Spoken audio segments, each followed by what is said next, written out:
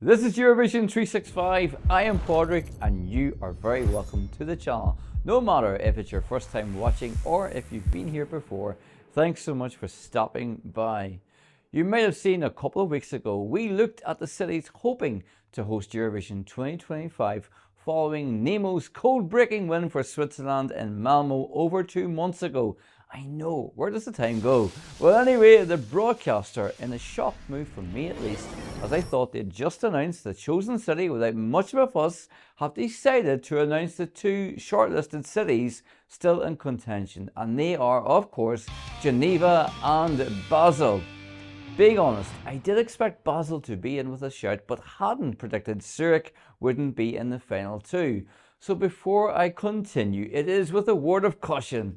My predictions for these types of things don't always come to fruition.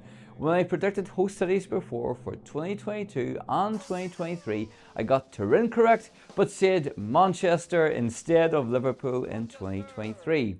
For all you mathematicians out there, which I'm definitely not, it is a 50% accuracy rating for me so far. I don't want to cover too much old ground again from my last video, but let's have a look at the shortlisted twosome. Basel! The Jakobshalle is known more for being an indoor sports arena and being used for concerts, but is looking like the main prospect for the city with a 12,500 capacity. Some have mentioned the possibility of the colossal Jakobs Park with a capacity of around 40,000 being the selected venue. In theory, this would be great in terms of purchasing much sought after tickets to the live shows, but I'm not sure the EBU would really want a venue as big as this. It's a long time ago now, but the 2001 contest from Parken in Copenhagen still gives most of us older fans chills when we recall that particular contest, so let's move on quickly. With the EBU having its headquarters in the city, it would be very handy for local staff, officials and executives to make a very short trip to the arena. That arena in Geneva holds just under 10,000, so not quite the benchmark for Eurovision capacity, and as we said already last time, it would be costly and timely to renovate the arena in time for April 2025, which of course would be when staging would begin construction.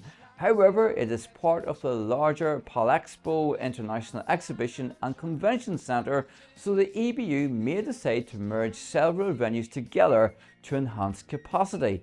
Could this prove to be too much work in 9 months?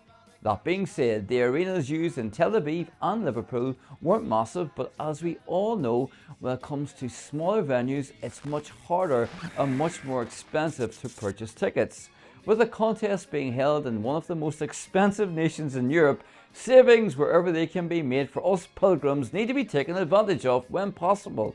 Basically, bigger venue equals more tickets. More tickets mean more choice. More choice equals not as expensive. The headquarters of the EBU being in Geneva are a mixed blessing, I think, as I would guess there will be a continuation of protests surrounding the contest in 2025, depending on what the political landscape looks like then.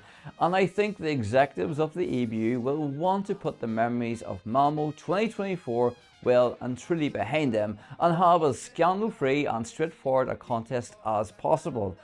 Regardless of wherever is chosen, I have a feeling the contest from either Geneva or Basel will be a high-tech one if their 1989 show in Lausanne is anything to go by. But now, it's time for me to share with you my prediction of where I think Eurovision 2025 will be hosted. I'm going to say Basel! It makes sense to me. Basel has released a video with the title Crossing Borders, perhaps a reference to its proximity to the European borders the city is close to. An early release of a promotional video can spell good things. Turin did something similar in 2022 and this appeared to work well. Fans don't necessarily have to stay in Basel and can commute daily back and forth to outside the city or even the country. It's good that the broadcaster is moving swiftly to get this show on the road, and Eurovision 2025 will be here before we know it. So what's your prediction? Are you Team Basel or Team Geneva? Let me know in the usual way. Thanks for watching this time, and I will see you next time, but until then, take care and bye bye.